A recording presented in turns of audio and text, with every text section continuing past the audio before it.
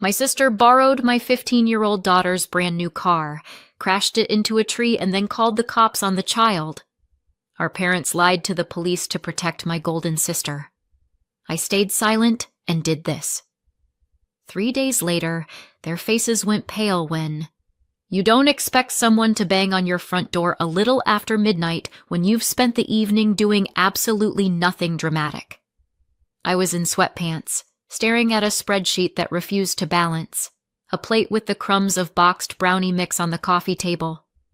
My daughter Lily had said goodnight an hour earlier. I heard her bedroom door click shut, heard the soft thump of whatever playlist she falls asleep to these days. It was a normal, boring Thursday night. A wild night. I know. So when the doorbell rang once, then again, then came the knock, hard enough that I actually jumped. I thought neighbor, package, maybe some delivery screw-up. Not 2 uniformed officers on my porch with that "we'd rather be anywhere but here" expression. "Ma'am? Aaron?"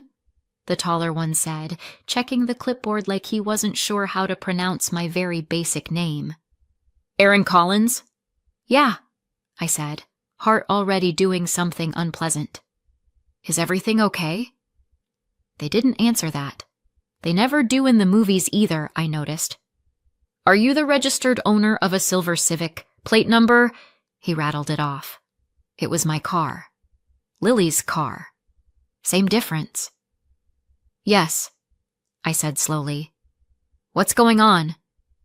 "Miss Collins," the other officer said, softer. "Your vehicle was involved in a collision about 40 minutes ago. Single car crash into a tree outside your parents' residence on Oak Ridge Lane." My brain snagged on about 4 things at once. 40 minutes ago. Tree. Outside my parents' house. My car. "I think you've got the wrong," I started, then stopped myself, because that's exactly what the guy in every bad true crime documentary says before they cut to mugshots. "I haven't left the house all night," I said instead, "and the car should be in the driveway." "Ma'am," the taller one said carefully, "we need to speak with your daughter. Witnesses at the scene identified her as the driver who left and came home. We're not making assumptions, we just need her account." There are moments when your body reacts before your mind catches up. I felt my stomach drop and my palms go cold, and at the exact same time some stupid part of me thought, 15, if she drove into a tree, she is absolutely grounded until she's 30. Then the rest landed. "Lily?" I repeated.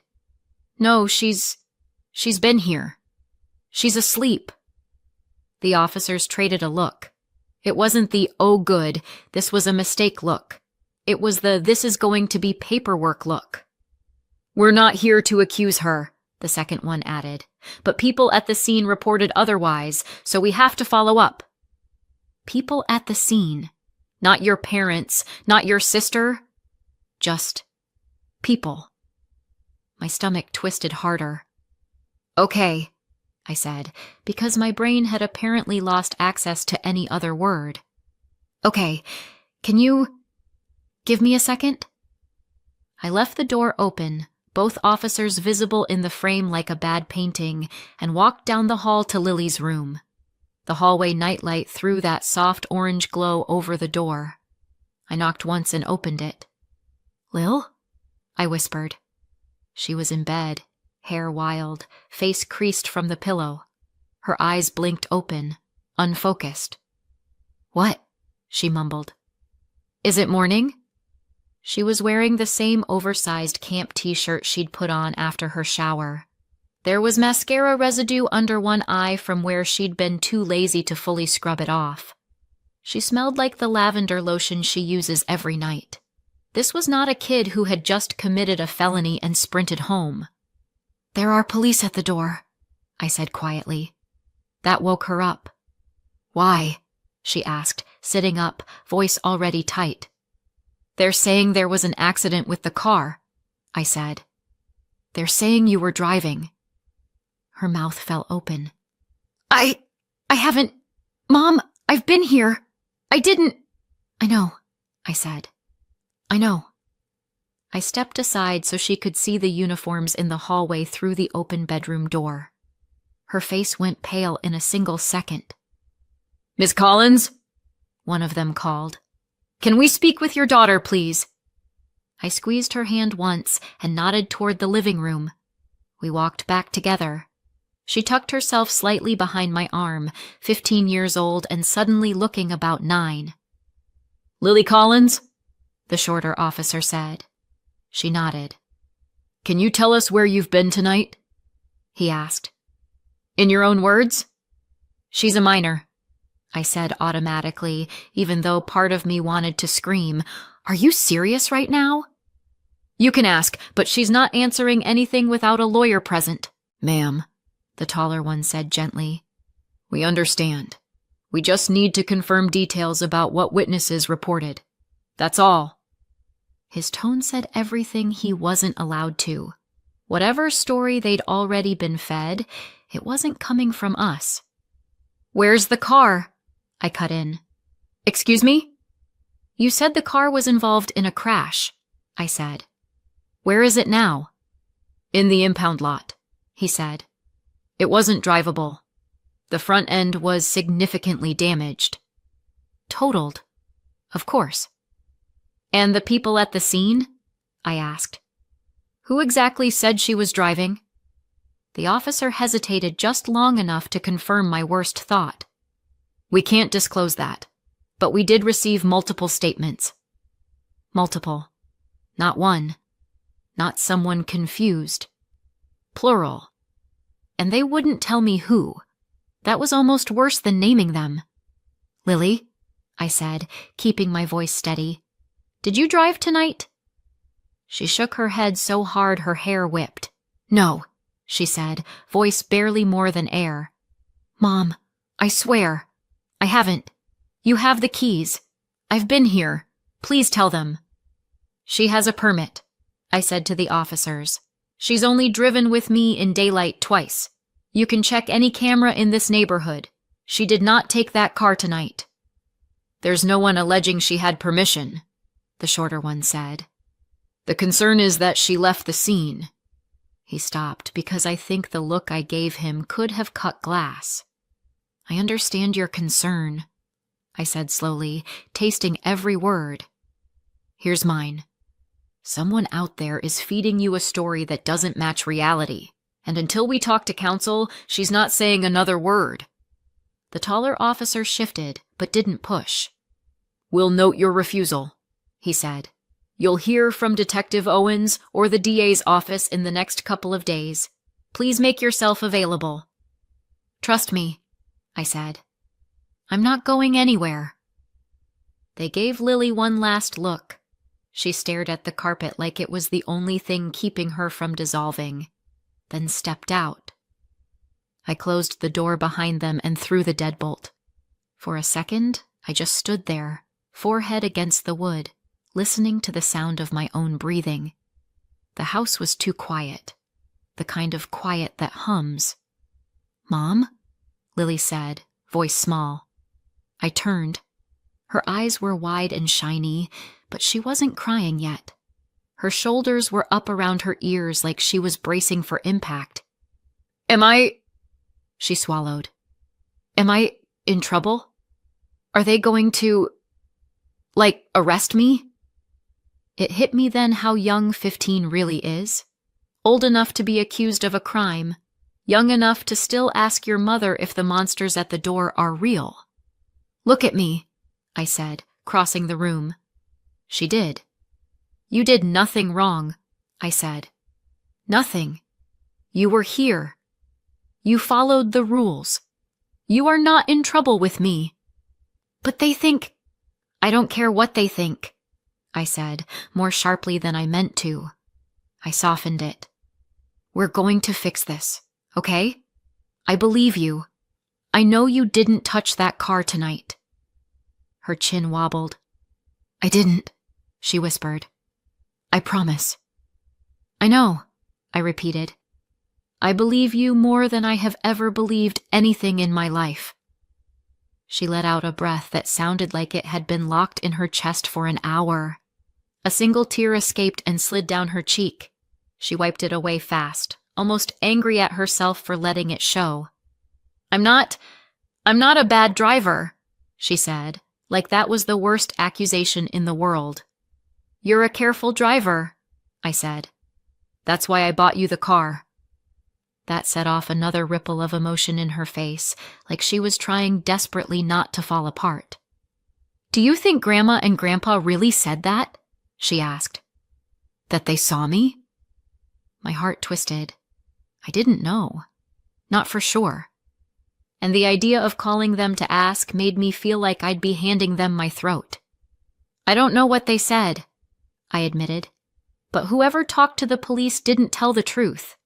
And we'll find out who." She nodded, but her eyes stayed damp. "I want you to try and sleep," I said. "Tomorrow we're going to talk to someone whose job it is to fix things like this." "Like a lawyer?" she asked. "Exactly like a lawyer," I said. "I'll make calls first thing. And whatever story they think they can pin on you." I brushed her hair back behind her ear. "They're not ready for what's coming." She swallowed and nodded, finally curling back under her blankets. I turned off the light. I thought the knock at midnight was the worst of it. It wasn't. Not even close. When your sister is 10 years younger than you, people always assume you'll feel protective of her. They don't picture 16-year-old you babysitting a cranky 6-year-old while your parents go out because you're such a big help. They don't picture 20-year-old you, home from college for the weekend, walking a hungover 10-year-old to the bathroom because your parents think it's funny when she tries a little wine at family dinner. They certainly don't picture 38-year-old you, standing in your kitchen at 1 a.m, realizing that same golden child just tried to feed your kid to the wolves. Growing up, Jenna was the baby. That was her entire job description. "She's still learning," Mom would say when she broke things that weren't hers. "She's just expressive," Dad would say when she screamed at waiters. I was the responsible one. That was my job. "You know Jenna is sensitive," Mom would tell me. "You're older. You should understand." Funny thing about that phrase. You hear it enough, and eventually you do understand, just not in the way they meant. When Jenna got caught shoplifting lip gloss at 16, my parents drove to the store, begged the manager not to press charges, and then spent the entire ride home lecturing me about how important it was that I not make Jenna feel bad about this.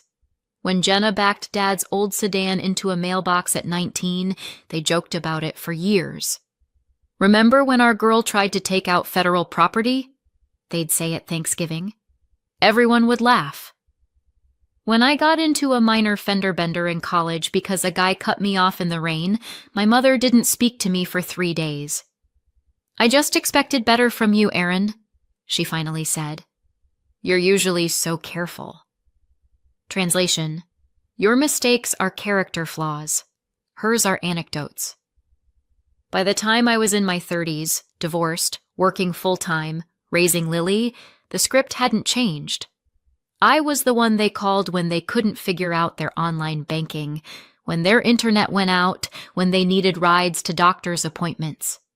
Jenna was the one they called our free spirit as she moved in and out and back into their house, changed jobs every 6 months, and somehow always had money for new shoes. "Jenna just hasn't found herself yet," Dad would say, pouring more gravy. "You were always so focused." Focused is such a polite word for on your own. I learned to stop expecting fairness a long time ago. I learned to stop trying to convince them that maybe, just once, they could hold Jenna to the same standard they held me. It was like arguing with a church about their favorite saint. Then I had Lily, and for a little while, the whole golden child ecosystem didn't matter. Lily came into the world already apologizing. At least that's how it felt. She was the baby who cried whenever anyone else cried. The toddler who would put her toys away without being asked. The 7-year-old who would double-check that she'd done all her homework, then ask if there was anything else she could help with. "Are you sure she's mine?" I'd joke. "I don't remember ordering a child with this much conscience." She'd roll her eyes, but you could tell she secretly liked it. When her dad and I split, she handled it like someone twice her age, quietly compartmentalizing, talking it out with the school counselor when she needed to. She never slammed a door, never screamed, never pulled a Jenna. Her rebellion was forgetting to put her dishes in the sink. At 14, when most kids are begging to bend rules, she was the one reminding me of the speed limit. "Mom, it says 30, she'd say from the passenger seat. "Lily, we're going 28. Just saying, 30. The car was the one thing I'd let myself feel proud of. Years of scraping together small savings so that when Lily turned 15, I could hand her something solid, safe, and new. Not flashy, just freedom with airbags. On her birthday, my parents and Jenna came to our house for cake and the big reveal. I walked Lily to the door, told her to close her eyes, and when she opened them to see the silver Civic in our driveway, she made a sound I'll remember until I'm old. "Mom, no way," she whispered, already tearing up. My parents clapped. Jenna didn't. She was too busy staring at the car like it was something she'd ordered, but someone else got first. "Must be nice," she said lightly. "New car at 15. I didn't get my first until, 21? Lily, oblivious, hugged me so hard she nearly knocked the bow off the hood. Inside, Jenna hovered near the door, gaze flicking straight to the hook where the keys hung. Later, she asked, "Think I could take it for a quick spin sometime?" "Absolutely not," I'd said, laughing it off. "Nice try." A few days later, she dropped by again, and now, tonight, when I looked at that hook, one key was gone, and I had the terrible sense that whatever happened next wasn't an accident. The next morning, my inbox had a reply from the attorney. "Ari Kaplan, 8:02 a.m. Got your message. I can do a video consult at noon if that works. Someone, somewhere, was officially on our side." Wild concept. "Hey," Lily said from the doorway. She looked like she hadn't really slept. Same hoodie, same bun. Dark circles that did not belong on a 15-year-old. "They're not coming back, are they?" she asked. "Like, right now?" "Not without calling first," I said. "And next time, they talk to a lawyer, not you." She nodded, picking at her sleeve. "Am I supposed to go to school?" she asked, because of course she did. "Today your job is to not collapse," I said. "We'll email your teachers later." At noon, I clicked the video link. Ari looked exactly like expensive wood if it wore a tie. I gave him the short version. Lily's permit, the birthday car, my parents' house, the midnight knock, the story the officers said they'd already heard from my family. He listened, took notes, and finally said, "Okay, good news is there are no charges yet. Bad news is, if this stays just your word versus 3 relatives, the report will not be on your side." "So what do we do?" I asked. "Step 1. Lily doesn't talk to police without me present," he said. "You already aced that. Step 2. We gather proof. Anything showing Lily was home at that time, and anything showing your sister had the car." "Neighbor's doorbell camera," I said. "He practically runs a surveillance operation on Amazon packages." "Perfect," Ari said. "Ask nicely for footage from last night, and get me screenshots of Lily's activity from that window. Messages, calls, whatever. I'll pull the incident report, see exactly what your family told them." "Can you fix this?" I asked. "I can make it very hard to pretend your daughter was driving," he said. "That's a start." After we hung up, I found Lily on the couch, staring at a baking show without seeing it. "Well?" she asked. "We need proof you were doing what every teen does at midnight," I said. "Texting and doom-scrolling." "I was," she said, offended. I was in my room the whole time. Good, I said. Let's weaponize that. We went through her phone together. At the time the officers said the crash happened, her messages with her friend were stacked like a blue wall, memes, commentary on some stupid plot twist, timestamps marching neatly across the screen. We took screenshots of everything. Then I went to the neighbor across the street and asked if his doorbell might have caught my car leaving. It had. On the playback, my front porch glowed in that weird camera gray. The car sat in the driveway. Jenna walked into frame alone, head down, keys in hand. She got into the driver's seat, started the engine, and drove away. No second figure. No 15-year-old. My stomach twisted, but my brain filed it under Exhibit A. He emailed me the clip. I forwarded it and the phone screenshots to Ari with a simple subject line. Here you go. An hour later, he called. Got the video, he said. It's great. Got the report too. Do you want the infuriating part? I've been training for it, I said.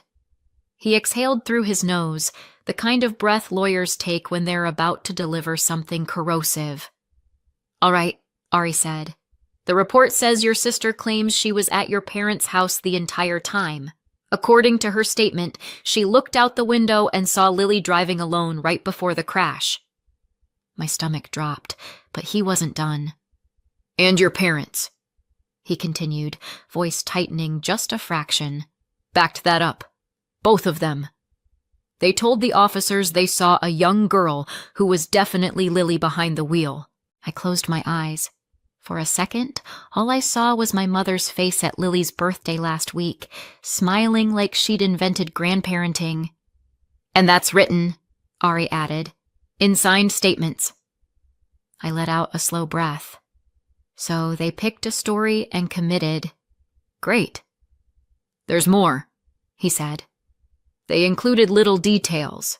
Stuff like, Lily has been getting more confident lately, and that you've been letting her push boundaries. None of it criminal, but enough to paint a picture. Of me being a negligent parent, I said. Exactly. He gave me a moment. It wasn't enough, but it was what we had. Now the good part, Ari said. The neighbor's footage completely contradicts them. It shows Jenna taking your car from your house alone, and Lily's phone activity lines up perfectly with her being home. It's clean. I gripped the counter with one hand. So what happens next? I'm sending everything to Detective Owens today, he said. I'll flag it for DA Whitman as well. Once they see this, the narrative shifts. Hard. And the follow-up meeting? I asked. Still scheduled. 3 days from now. Everyone will be in the same room. Your parents, Jenna, you, Lily. Of course. A family reunion hosted by the criminal justice system. Exactly what I wanted in my week. Erin, he said, softer now. I know this hurts, but the evidence is strong. Let it speak. Yeah, I said. Because my family sure won't. After we hung up, my phone buzzed again. Mom. I let it go to voicemail. Then came the text. We heard you got a lawyer. This is getting out of hand. Call us. Funny how getting out of hand only applied once I pushed back. I typed, You gave sworn statements about my child. This is out of hand. Talk to your attorney. I sent it before I could decide whether or not to be the bigger person. I've retired from that job anyway. I found Lily in the hallway, hovering like she could sense my mood without hearing a word of the call. Well, she asked. They backed Jenna, I said. I kept my voice even because screaming wouldn't fix anything. All 3 of them said they saw you driving. Something flickered across her face, hurt first, then something sharper. Oh, she whispered. Not tears, just a small, stunned oh. It landed harder than any crying could have. But we have the footage, I said. We have your phone. We have the truth. She nodded, jaw working like she was trying not to clench it too visibly. Mom, she said quietly, Why would they say they saw me? Because protecting Jenna was easier than protecting the truth, but I didn't say that. Because they were wrong, I said. That's all that matters now. She swallowed. Are you sure we're going to win? We don't need to win, I said. We just need to show what actually happened. And we can. She took a deep breath, steadying herself the way she does before school presentations. Okay, she said. Okay. I rested a hand briefly on her shoulder. She didn't pull away.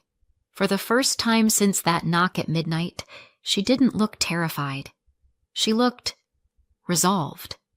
Small, but steel. And honestly, same.